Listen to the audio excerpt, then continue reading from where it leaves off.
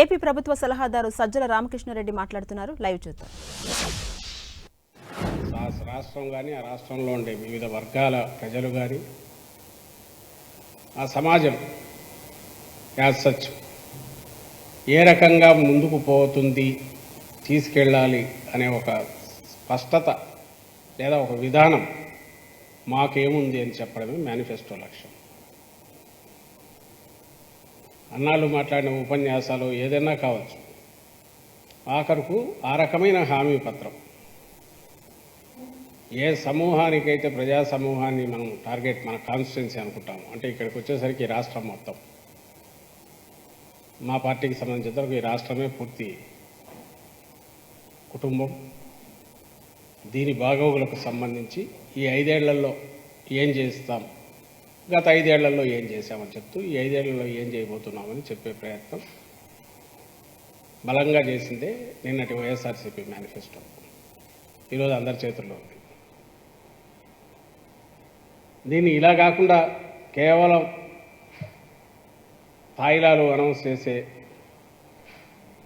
దీనిలాగా, అంటే మీకు అది చేస్తాం ఇది చేస్తాం వచ్చేస్తే అని గాలిమేడలు చూపించి అరచేతిలో వైకుంఠం చూపించడం అయితే అది మేనిఫెస్టో కాదు. అలా అది మేనిఫెస్టో అవుతుందని అయితే మేమైతే అనుకోవట్లా. జగన్మోహన్ రెడ్డి గారు రాజకీయాల్లోకి వచ్చి పార్టీ పెట్టి ఆయన ప్రజలకు నేరుగా కనెక్ట్ అయ్యి చెప్పడం మొదలుపెట్టాక ప్రజల్లో కూడా ఇది కదా మేనిఫెస్టో అంటే అభిప్రాయం వచ్చింది వైఎస్ఆర్ కాంగ్రెస్ పార్టీ మేనిఫెస్టో. అందుకే దానికి ఇంత సిగ్నిఫికెన్స్ నిన్న వచ్చింది. అయితే దీంట్లో నేను ఇంతకుముందు అన్నట్టే కేవలం ఆ మేనిఫెస్టో అంటే ఏమేమి మనం ప్రకటిస్తామో తాయిలాలు అనేది చూసేవాళ్లకు అరే ఇక్కడ ఏం కనపడలే కదా కొత్తగా అనేది అనిపిస్తుంది. అందులో మా పార్టీ శ్రేయోభిలాషులు కూడా ఉంటారు. అరే ఇదేముంది ఇంకా 2 అనౌన్స్ చేస్తే బాగుండేది కదా అనేది కూడా కొంతమంది అనుకోవచ్చు.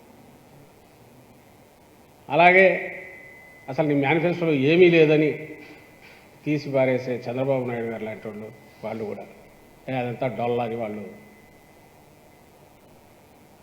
మొక్కుబడిగా నిన్న ఏమేమి తిట్టాలనో అవన్నీ నిన్న వాళ్ళు మొదలుపెట్టారు. ఇంకా మేనిఫెస్టో అనౌన్స్ చేస్తుండగానే మొదలైంది. నువ్వు ముందు పాత హామీలు ఏం చేసావు దాని గురించి చంద్రబాబు నాయుడు మమ్మల్ని అడుగుతారు.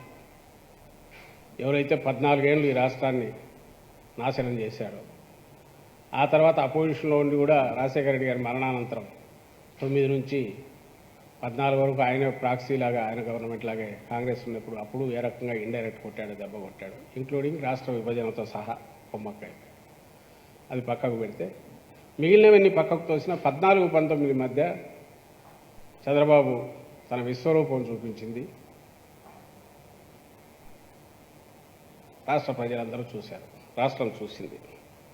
ఆయన ఈరోజు వచ్చి జగన్మోహన్ రెడ్డి గారు నిన్న ప్రకటించింది ఏముంది దాంట్లో అని అంటున్నారు. ఏమీ లేనప్పుడు మరి ఎందుకు అంత తిట్లు తిట్టాలనో నిన్న ఎక్కడో ఈరోజు నాకు చూపించారు ఏకంగా. ఆ మనిషి తల ఏమైందో, సభ్య సమాజంలో ఉన్నా అనుకుంటున్నాడు లేదో, లేదా తనకు ఇంటర్నేషనల్గా కూడా ఒక పర్మిట్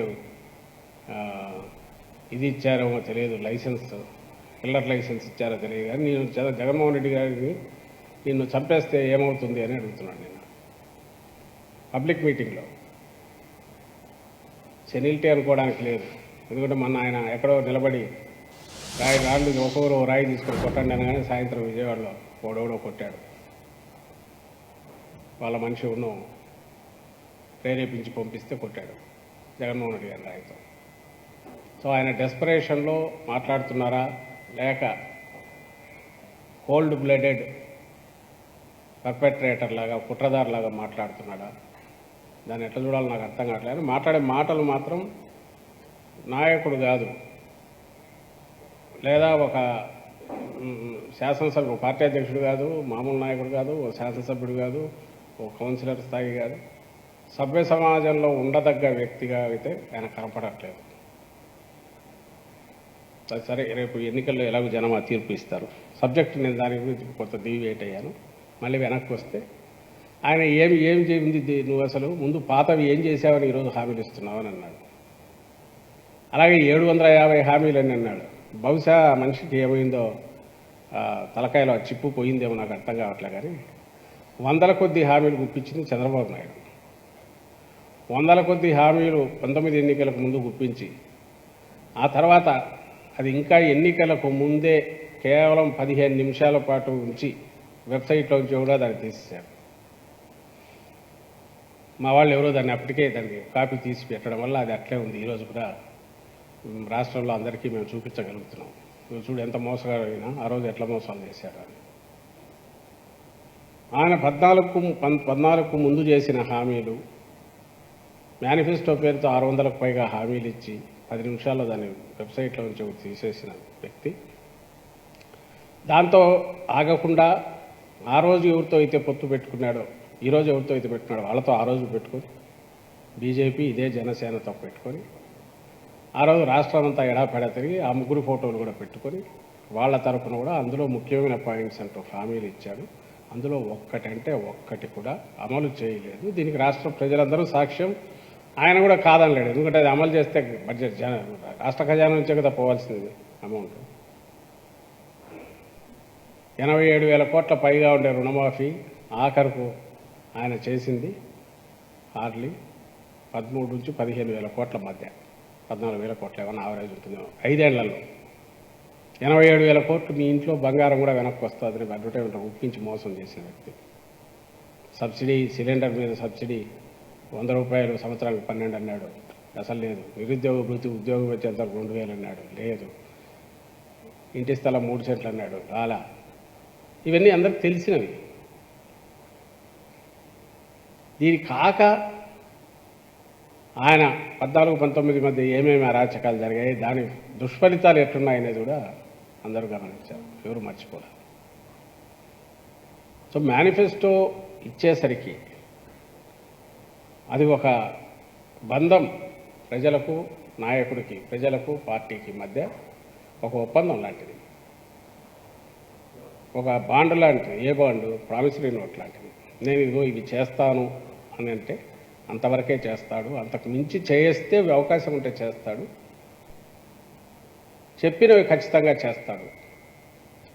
ఇలా ఉండాలనా, లేక ఎన్నికలు రాగానే ఒక 3-4 నెలల ముంచి ఊదరగొట్టి అరచేతిలో వైకుంఠం చూపించి మిమ్మల్ని ఎక్కడో ఏదో చేసేస్తానని ఎన్నికలు అయిపోయిన తర్వాత వాటిని పక్కన కట్టేసి చెత్తబుట్టలో వేయడం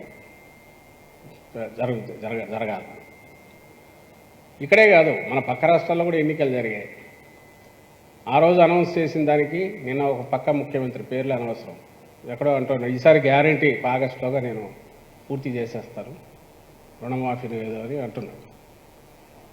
ఎన్నికలు అయిపోయి సుమారుగా అయింది, ఇంతవరకు చేయట్లా.